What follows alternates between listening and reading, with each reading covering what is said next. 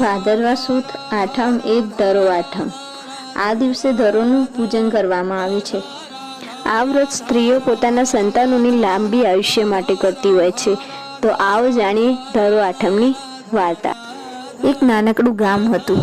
ત્યાં સાસુ ને વહુ બંને સંપીને રહેતા. સાસુ વહુને દીકરીની જેમ રાખતા, ત્યારે વહુ પણ સાસુને એટલું જ માન સાચવતી.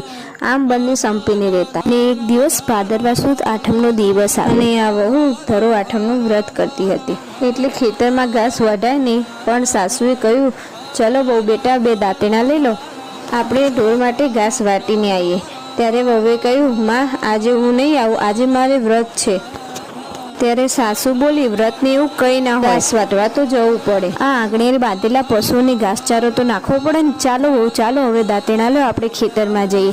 આવું બોલી સાસુમાં તો આડાવડા કામે વળી ગયા. વહુને 1 વર્ષનો છોકરો હતો. છોકરાને ઘોડિયામાં સુવાડીને સાસુ વહુ તો કમાડ વાખીને નિરાંતે ખેતરમાં ગયા.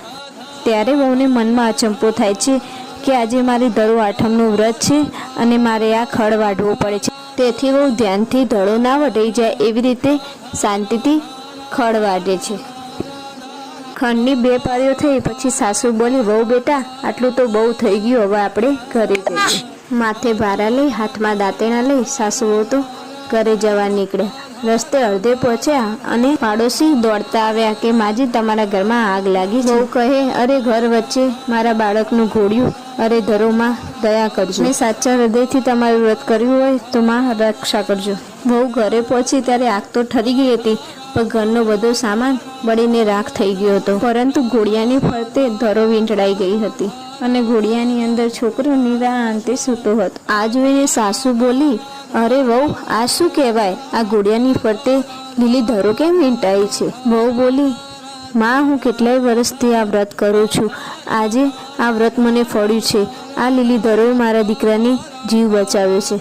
ગામની બીજી બહેનો દીકરીઓ જોઈ રહી હતી. તેમણે પૂછ્યું, બહેન, તમે આ વ્રત કઈ રીતના કરો છો?